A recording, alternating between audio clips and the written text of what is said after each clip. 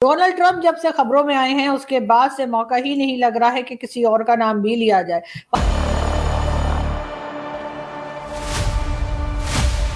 ये खतरनाक शख्स पाकिस्तान की आंख का तारा था कि नॉर्मली एनएसए दोबल नहीं जाते होते, लेकिन ध्यान में रखें कि ट्रंप के साथ हम जितना मर्जी शुगर लगा लें, थैला कह दें, उसे ट्रंप कह दें, उसे ट्रंप कह दें, उसे कुछ भी कह दें, लेकिन हकीकत बात यह है कि वो अमेरिकन प्रेसिडेंट है। सिक्योरिटी वाले थे वो जेडी वेंस को बचाने में ज्यादा इंटरेस्टेड थे, उनको लेकर सबसे पहले भागे, डोनाल्ड ट्रंप की तरफ बाद में गए। लेकिन किसी ने पाकिस्तान की आंख ही फोड़ दी।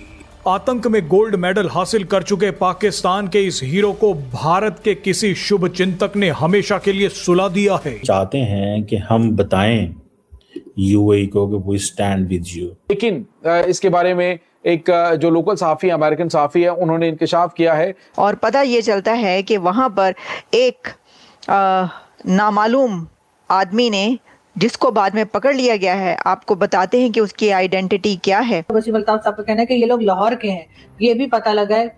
आप अंदाजा करें, डोनाल्ड ट्रंप ने पाकिस्तान का दौरा करना था या दौरे की अफवाह थी, वो उनको उल्टी पड़ गई है, तो इस वजह से भी ट्रंप जो है वो इस किस्म की हो सकता है।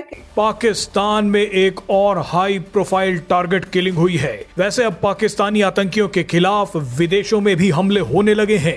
नमस्कार दोस्तों ट्रंप पे अभी कुछ दिन पहले हमला हुआ था और अब पता चला है कि उसके पीछे पाकिस्तानी थे। पहले भी ट्रंप पे हमले हो चुके हैं और पहले भी एक पाकिस्तानी इसी तरह के हमले में पकड़ा गया था, जिसपे ये संदिग्ध था कि वो पाकिस्तानी है और इस तरह की कोशिश कर रहा है। अब पाकिस्तान और ईरान में कोई बहुत ज़्यादा फ़र्क नहीं है, लेकिन ट्रंप सरकार का कहना है कि भाई ये जो किया था वो ईरान ने किया था, ईरानियों ने हमला किया है, यानी कि ट्रंप जो है अपना गेम खेल रहा है। हालांकि ज़्यादातर अमेरिकन मीडिया का मानना है कि एक ड्रामा है ट्रंप का और इसमें कोई सच्चाई नहीं है। दूसरी तरफ भारत का जो धुरंधर है वो अपने काम पे लगा हुआ है और उसने एक और बहुत ही बड़े आतंकी को, जो कि पाकिस्तान की आंखों का तारा था, उसको 72 हुरों के पास भेज दिया है।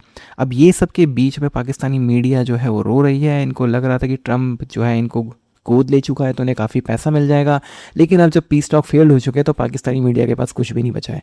यही सारी क्लिपिंग्स हम इस वीडियो में देखेंगे कि पाकिस्तान में क्या डिस्कशन चल रहा है। वीडियो अच्छा लगे तो लाइक करें, शेयर करें, चैनल को सब्सक्राइब करना ना भूलें और बेल का आइकन प्रेस कर दें लेटेस्ट नोटिफिकेशन के लिए। आइए आगे बढ़ते हैं। डोनाल्ड ट्रंप जब से खबरों में आए हैं उसके बाद से मौका ही नहीं लग रहा है कि किसी और का नाम भी लिया जाए।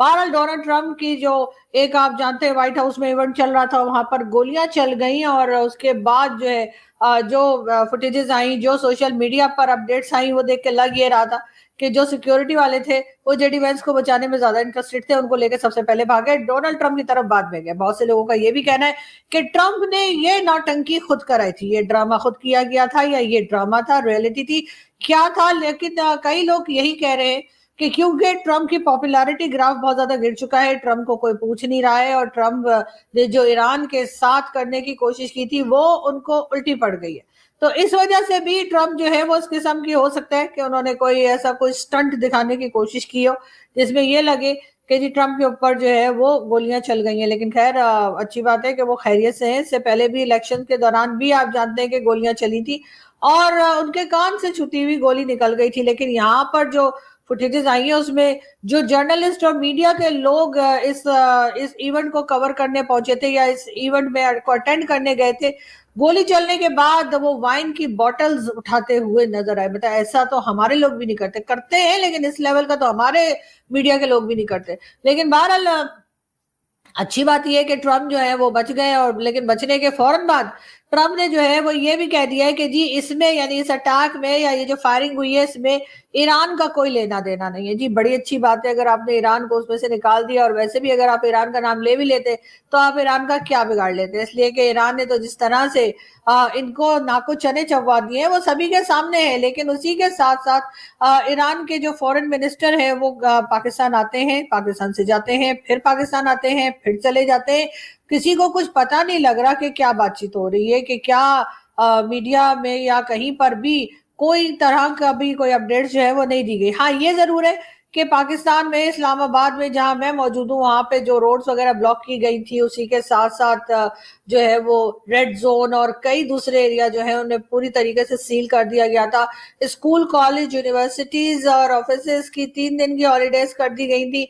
वो जी तमाम की तमाम चीजें जो है वो अब हटा दी गई हैं। रोड्स जो है वो प्रॉपरली रोड जो है वो खोल दी गई हैं, और उसी के साथ साथ जो है वो 3 डेज की जो ऑफ दी थी उसको भी एक दिन कम करके, यानी फ्राइडे को भी अब स्कूल भी जाना पड़ेगा और यूनिवर्सिटी वगैरह और तमाम ऑफिस जो हैं अब वो फ्राइडे को भी जो है खोले जाएंगे। वैसे तो पाकिस्तान में जो हालात है, मुझे लगता है कि इनको तो 7 डेज अ वीक काम करना चाहिए, जैसे हम मीडिया के लोग करते हैं। आप हमें देख लीजिए, आपको कौन सा ऐसा दिन है जब आपको लगता है कि हमारी वीडियो नहीं आती या हम काम नहीं करते या एडवाइजर हैं अजीत डोवल साहब, वो बड़े एक अनप्रेसिडेंटेड ट्रिप में यूएई गए हैं और उनकी यूएई की जो लीडरशिप है उनसे मुलाकात हुई है।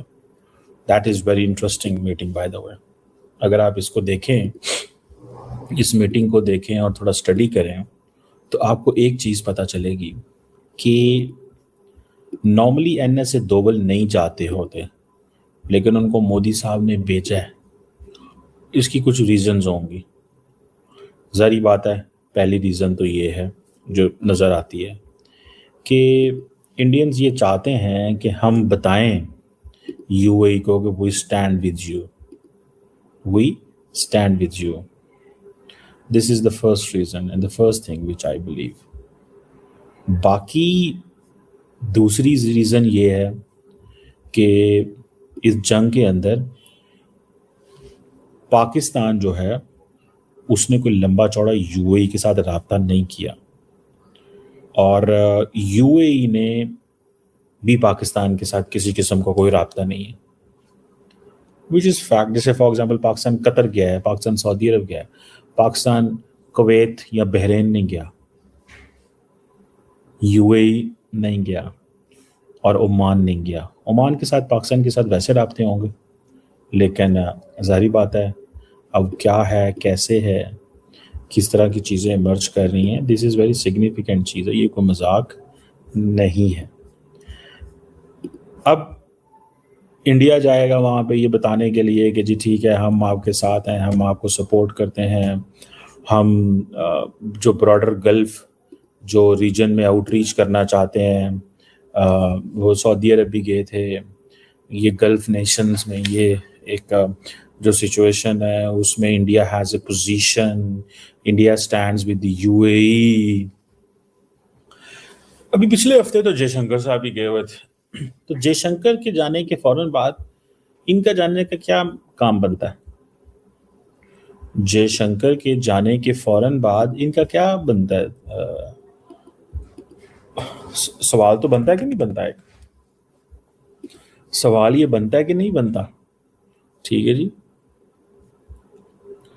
अब देखते हैं कि इससे क्या मीनिंग निकाला जाएगा, क्या मीनिंग निकाला जाएगा।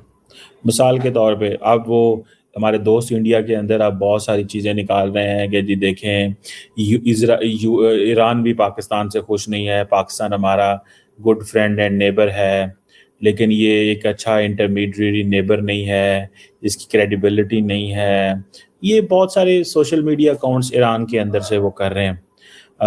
वो हम पे अमेरिका की मर्जी मुसल्लत करना चाहते हैं, इस तरह की चीज़ें। और वो पाकिस्तान कुछ नहीं कर रहा on the issue of Lebanon, और जो हमारे एसेट्स ब्लॉक हैं। मतलब सवाल ये पैदा होता है, भाई हम कोई अमेरिका की गारंटी थोड़ी ले सकते हैं, वो क्या करता है? हम क्या अमेरिका की गारंटीज दे सकते हैं? एक सवाल तो बनता है कि नहीं बनता? हम क्या अमेरिका की गारंटीज दे सकते हैं? एक जस्ट ब्रॉडर